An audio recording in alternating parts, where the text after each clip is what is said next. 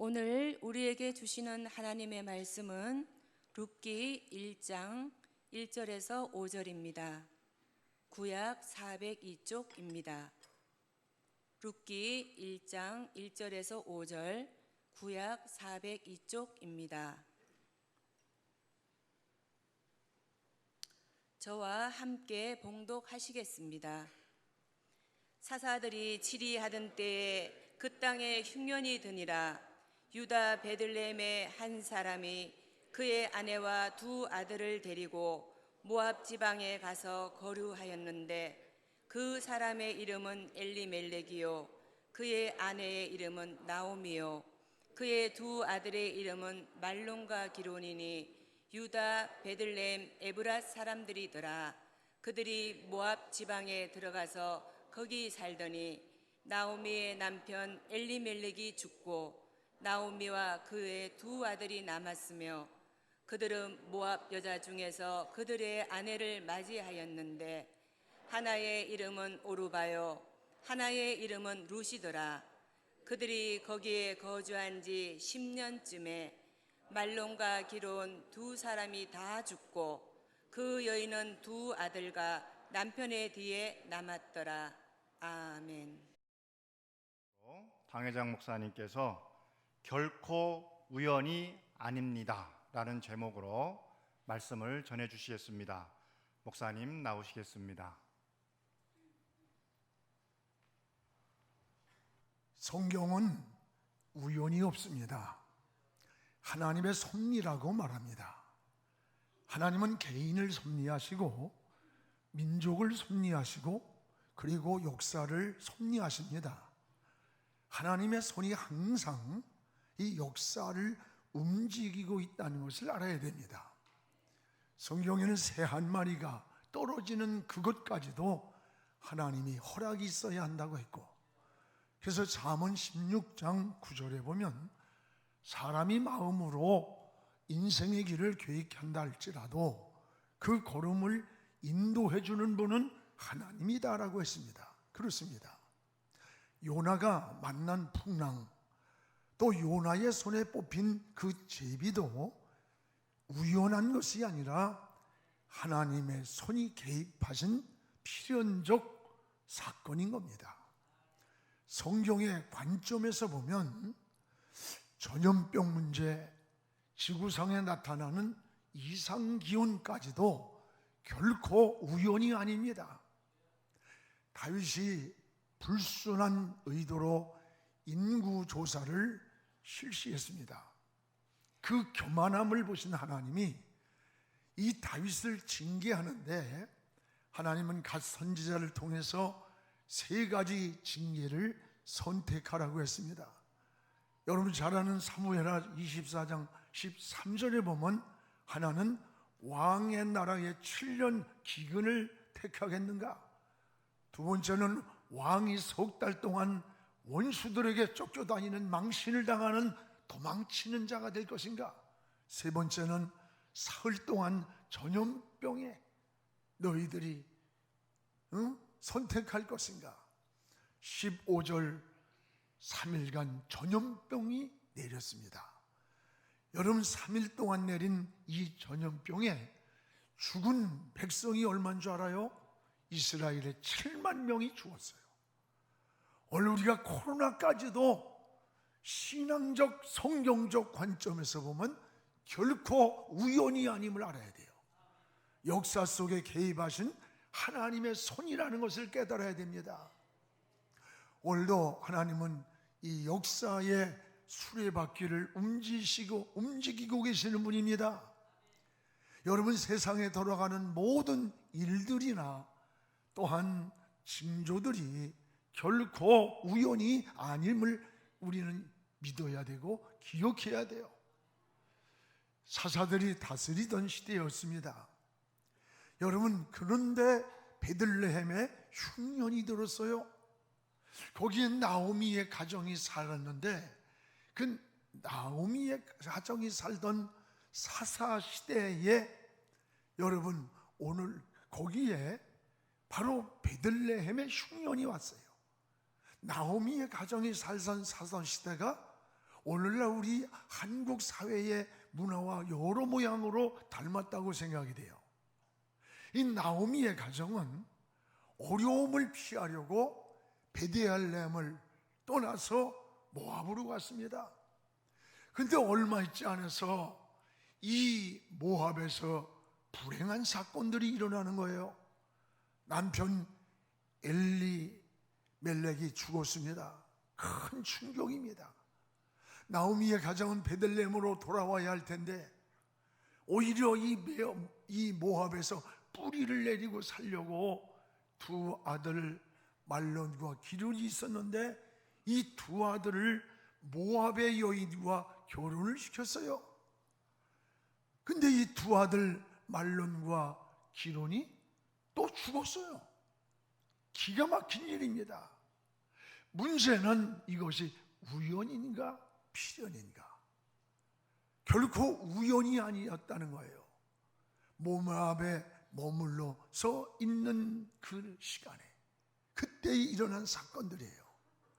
나오미는 남편과 두 아들을 잃고 다시 베들레헴으로 돌아올 때에 나오미가 온다고 베들레헴 사람들이 나오미를 반깁니다. 그때 나오미가 울며 하는 고백이 나를 나오미라고 부르지 마세요. 나를 마라라고 불러주세요. 내가 하나님의 품을, 하나님의 집을 떠나서 더 행복하고 성공하고 돌아오리라 생각했는데 이 마라에서 쓴물을 마셨습니다. 마라라는 말이 쓴물이고 괴로움이란 뜻이에요. 여기서 난 실패하고 돌아온 자입니다 라는 고백입니다. 베들레헴을 떠나 모압에서 당한 고통과 실패를 고백하는 거예요.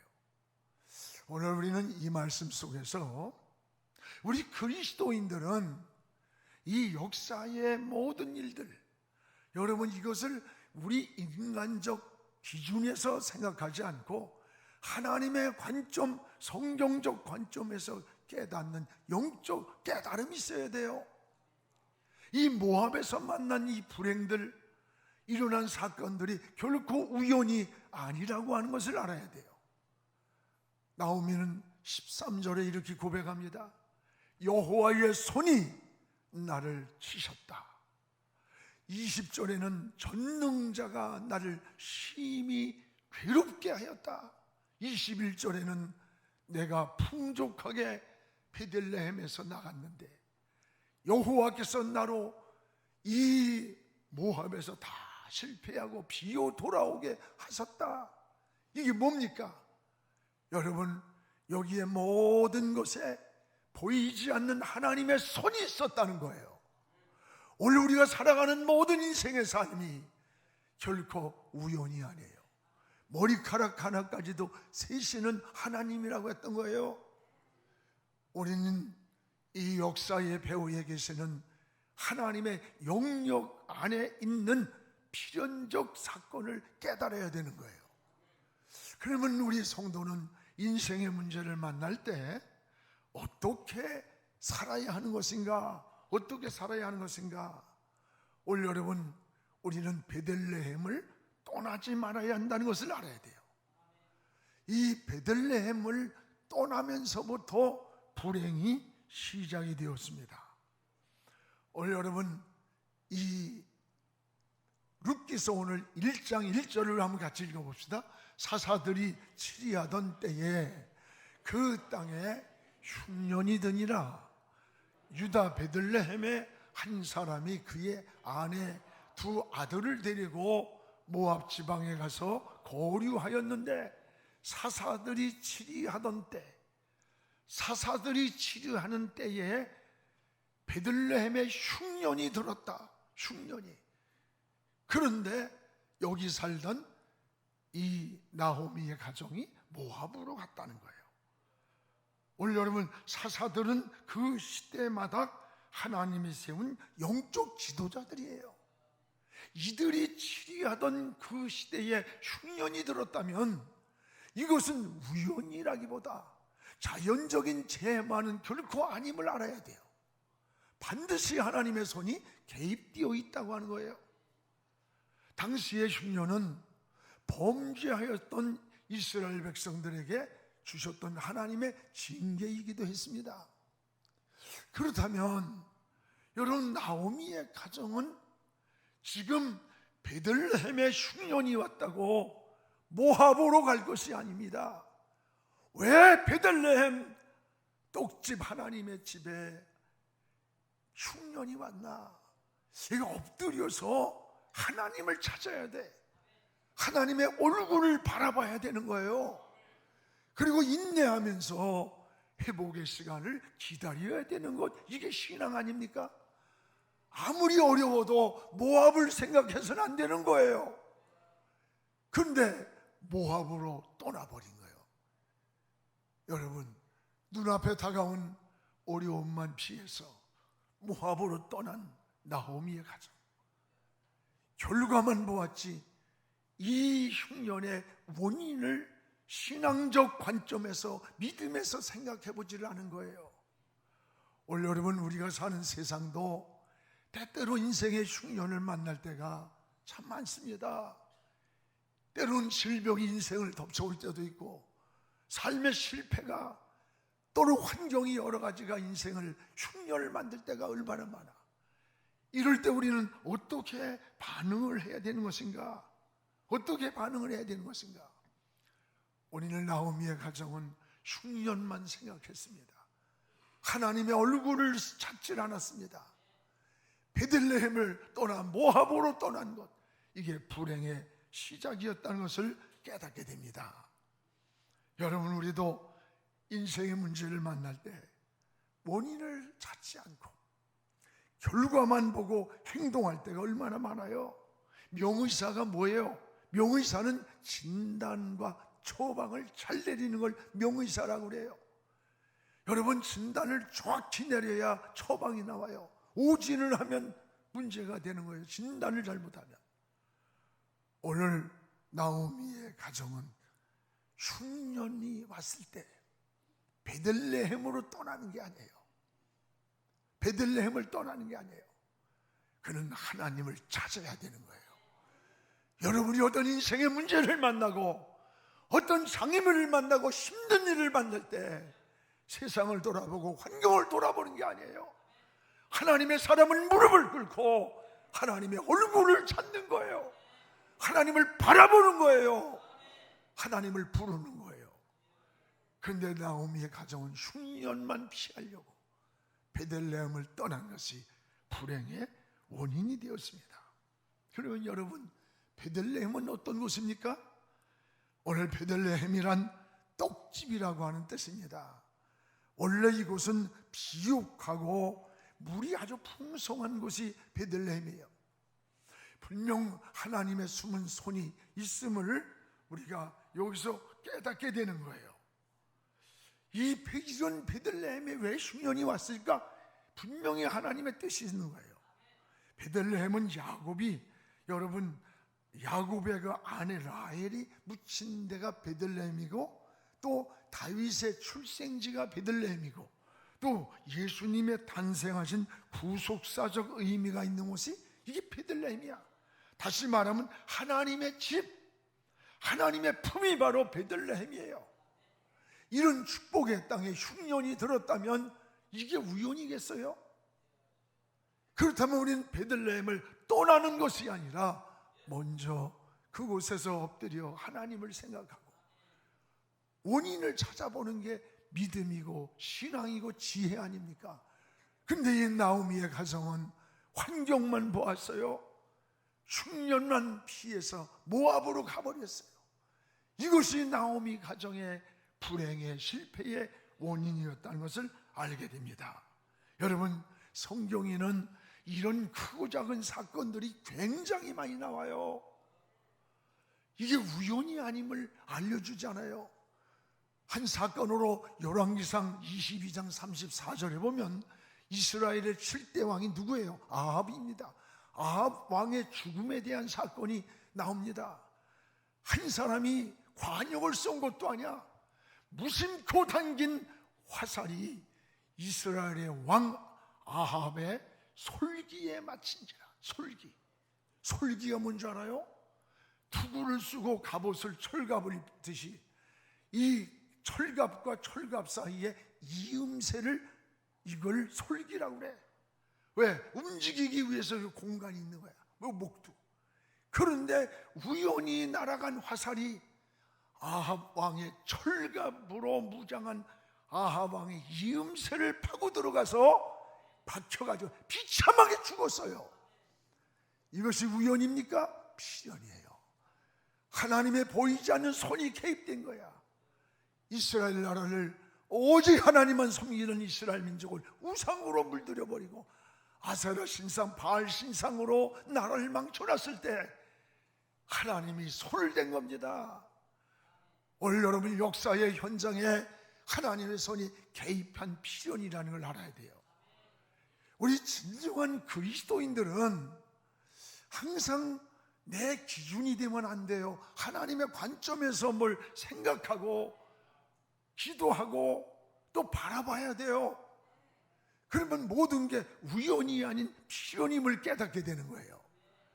사랑하는 여러분, 여러분의 주변에서 일어나는 일들이 우연한 일로 생각하지 마십시오. 배후에 하나님의 손길이 있음을 깨닫기를 축복합니다. 하나님은 안 보는 것 같지만 다 보고 계시는 분이에요. 침묵하는 것 같지만 하나님의 손길은 움직이고 계시는 거예요. 이것을 깨닫는 것이 하나님의 지혜요 믿음입니다. 그래서 여러분 지혜를 에베소서에 보면 하나님의 지혜의 영, 지혜의 영이라 그랬어요. 이런 지혜가 필요하고 믿음이 필요해요.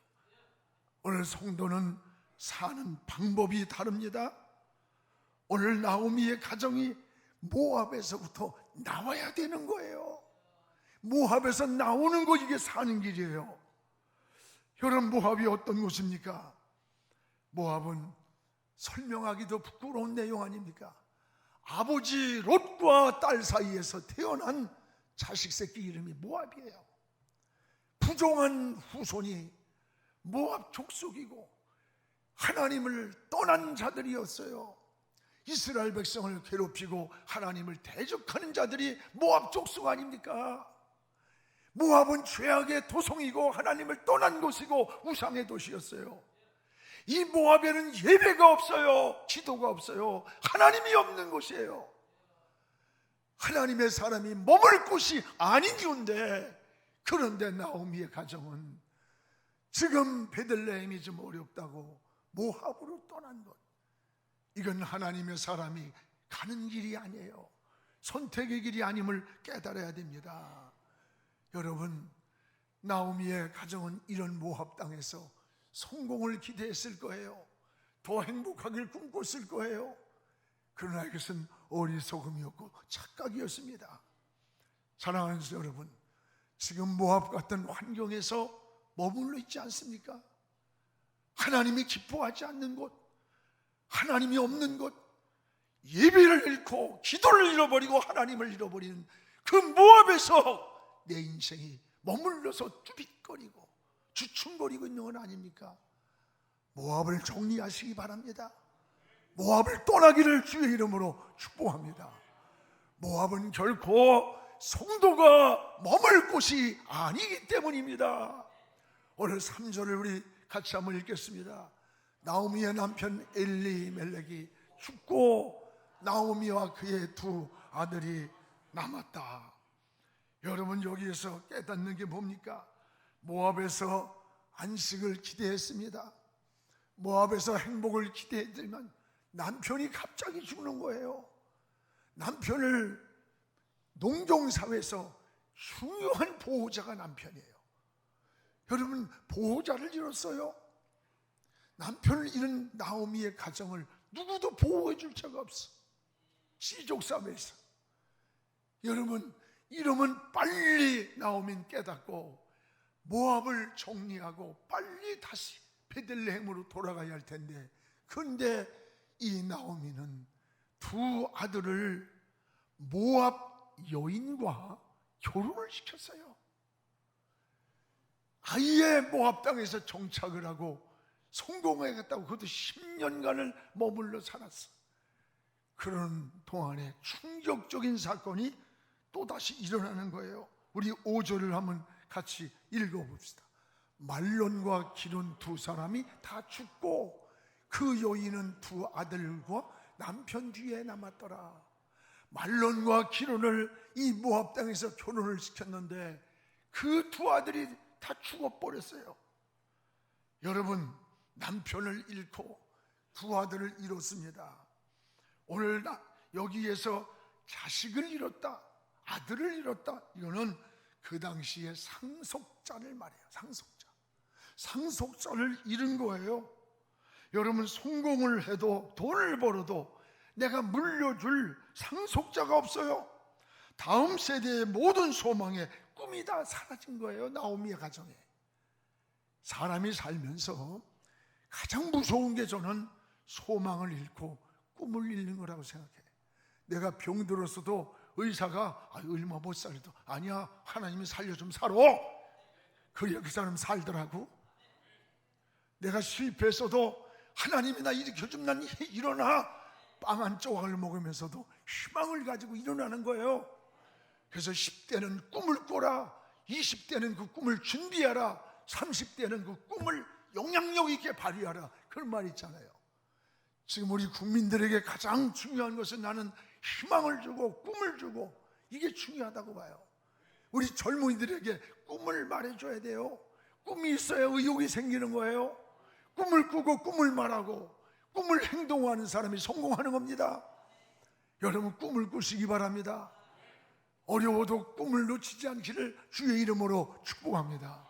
근데 오늘 나오미의 가정은 모압에서 남편을 잃었어요. 두 아들을 잃고 모든 꿈을 잃어버린 거예요. 소망을 잃은 거예요. 문제는 이것이 우연이 아니다는, 베들레헴을 떠난 결과임을 보여주는 거예요. 그러면 어떻게 해야 나오미의 가정이 다시 회복할 수가 있겠습니까? 따라합시다. 베들레헴으로 다시 돌아와야 한다. 다시 베들레헴으로 돌아와야 하는 겁니다. 다시 돌아와야 합니다. 여러분, 모압의 삶은 마라의 삶이에요. 20절을 우리 같이 한번 읽어봅시다. 나오미가 그들에게 이르되 나를 나오미라 부르지 말고 나를 마라라 부르라. 이는 전능자가 나를 심히 괴롭게 하셨다. 전능자가. 이게 지금 나오미의 어떤 고백이에요. 베들레헴으로 돌아올 때 베들레헴 고향 사람들이 나오미를 반기는데 울면서 나를 나오미라고 말하지 마세요. 나는 쓴 잔을 먹고 실패한 마라입니다. 우연이 아니라 전능자 하나님이 나를 심히 괴롭게 했습니다. 괴롭게 했습니다. 우연이 아니란 뜻이에요.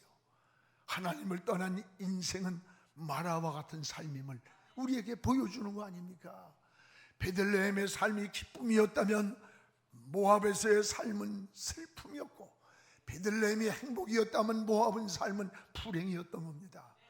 우린 다시 어디로 가야 합니까? 어떻게 반응해야 됩니까?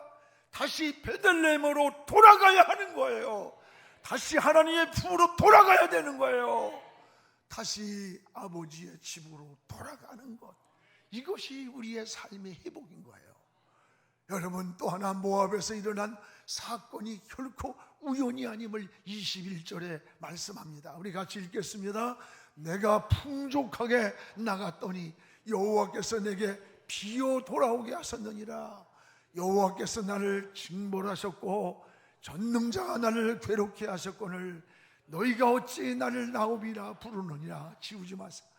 내가 풍족하게 베들레헴에서 있을 때 모압으로 내려가는데 모압 땅에서 비어 돌아오는 실패자로 돌아오게 되었다. 이게 우연인가? 여호와께서 나를 징벌했다. 전능자가 나를 괴롭게 했다는 거예요. 우연이 아니라는 거죠. 우연이. 여러분, 우리 신앙은 우연이 없어. 우연이. 하나님의 섭리라고 말하는 거예요. 하나님의 뜻이라고 말하는 거예요. 필연이라고 말하는 거예요. 오늘 여호와께서 나로 비어 돌아오게 하셨느니라. 하나님의 손이 개입한 것을 깨닫게 되는 것입니다. 사랑하는 여러분, 오늘 이것을 깨닫는 것을 우린 은혜라고 말해요. 이것은 은혜의 회복입니다. 이제 여러분 모압 생활을 청산합시다.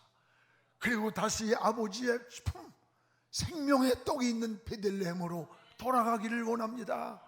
사랑하는 우리 성도 여러분, 우리는 하나님의 관점에서 보면 우연이 결코 아니에요. 인생에 살면서 여러 가지 문제를 만날 때 원망하고 낙심하고 절망하지 마세요. 역사의 배후에 계시는 저 하나님의 얼굴을 찾으시기 바랍니다. 하나님께 무릎 꿇고 하나님을 어린아이가 무섭고 두렵고 여러분 혼자 어쩔 줄 몰라 엄마 찾듯이 하나님을 찾으시기 바랍니다. 기도는 방법을 찾는 게 아니에요. 하나님을 찾는 것이 바로 기도입니다. 여러분의 인생의 머릿돌을 하나님께로 두세요. 방향을 정하세요. 인생의 다림줄을 하나님을 삼으세요. 기준을 삼고 다시 베델로 돌아가시기 바랍니다. 지금 모압에서 돌아가는 거예요. 하나님의 품으로 돌아오면 되는 거예요. 오늘 여러분 하나님의 집에 안식이 있습니다. 생명의 떡이 있고 평안이 있고 축복이 있습니다. 하나님은 오늘도 변함없이 여러분들을 기다리고 계시는 거예요. 이게 하나님의 사랑이요 은혜인 것입니다. 오늘도 하나님의 품으로 저 베델을 향해 달려가는 우리의 신앙 되기를 주의 이름으로 축복합니다. 기도하겠습니다. 거룩하신 우리 아버지 하나님 고맙습니다. 우리 인생에 살아가는 모든 삶이 결코 우연이 아닌 하나님의 섭리가 있는 필연임을 고백합니다. 새 한 마리가 떨어지는 것도 하나님 아버지, 요나가 제비를 뽑을 때 개입하신 하나님, 오늘 베들레헴에서 하나님 모압으로 더 행복하게 더 잘 살겠다고 갔지만 거기서 전능자가 괴롭혔다고 했고 거기에서 피어 돌아왔다고 했습니다.